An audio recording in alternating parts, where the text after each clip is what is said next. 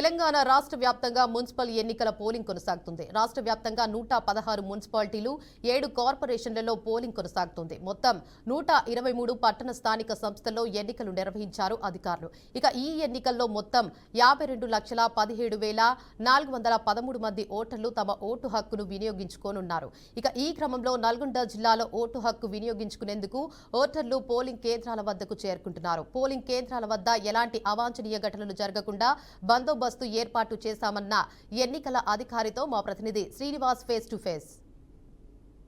వ్యాప్తంగా జరుగుతున్నటువంటి మున్సిపల్ ఎన్నికలకు సంబంధించి 7 గంటల నుంచి సాయంత్రం 5 గంటల వరకు పోలింగ్ కేంద్రాలు ప్రారంభం కానున్నాయి. దీనికి సంబంధించి ఇప్పటికే ఎలక్షన్ కమిషన్ ఆదేశాల మేరకు పూర్తి ఏర్పాట్లు కూడా చేయనున్నటువంటి పరిస్థితి. ఇకపోతే తెలంగాణ వ్యాప్తంగా జరుగుతున్నటువంటి మున్సిపల్ ఎన్నికలకు సంబంధించి ఈరోజు ఉదయం 7 గంటల నుంచి సాయంత్రం 5 గంటల పోలింగ్ ప్రక్రియ కొనసాగుతుంది. దీనికి సంబంధించి పూర్తి ఏర్పాట్లు కూడా చేయడం జరిగింది. ప్రస్తుతానికి మనం ఉమ్మడి నల్గొండ జిల్లా కేంద్రంలోని బోయవాడ సంబంధించిన స్కూల్లోని మోడల్ పోలింగ్ కేంద్రంలో ఉన్నాము. దీనికి సంబంధించినటువంటి పూర్తి ఏర్పాట్లు కూడా చేయడం జరిగింది. ఎవరైతే ఓటకు వినియోగించుకోవడానికి వస్తున్నటువంటి అభ్యర్థులతో పాటు వినియోగించుకోవడానికి వీరందరూ స్వేచ్ఛగా తమ ఓటక్కును వినియోగించుకోవాలంటూ కూడా ఇప్పటికే జిల్లా కలెక్టర్లు కూడా తమ వార్డులలో సంబంధించినటువంటి ప్లేసిప్లను కూడా తీసుకొని ప్రశాంత వాతావరణంలో ఓటకు వినియోగించుకోవాలని కూడా చెప్పడం జరిగింది. దీనికి సంబంధించిన ఏర్పాట్లు కూడా అంటే పూర్తి స్థాయిలోని చూసుకున్నట్లయితే అన్ని ఏర్పాట్లను కూడా చేసినటువంటి పరిస్థితి. మోడల్గా అంటే పోలింగ్ కేంద్రం అనగానే ఎక్కడో ఓటకు వినియోగించుకునే కేంద్రంగా కాకుండా ఒక మోడల్ పోలింగ్ కేంద్రం కూడా తీర్చిదిద్దడం జరిగింది.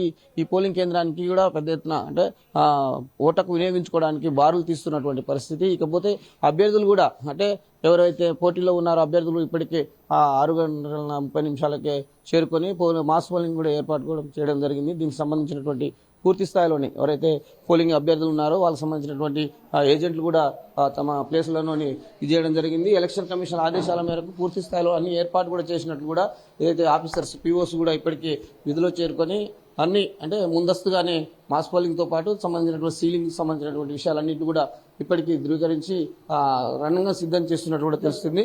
మనతో పాటు మాట్లాడడానికి కూడా పోలింగ్ సంబంధించినటువంటి పిఓ గారు కూడా ఉన్నారు. వారు కూడా అడిగి తెలుసుకున్నాం. సార్ చెప్పండి, ఓవరాల్గా చూసినట్లయితే ఎన్ని ఓట్లు ఉంటున్నాయి ఈ బూత్లో? దీనికి సంబంధించినటువంటి నిబంధనలు ఏ విధంగా ఉంటాయి?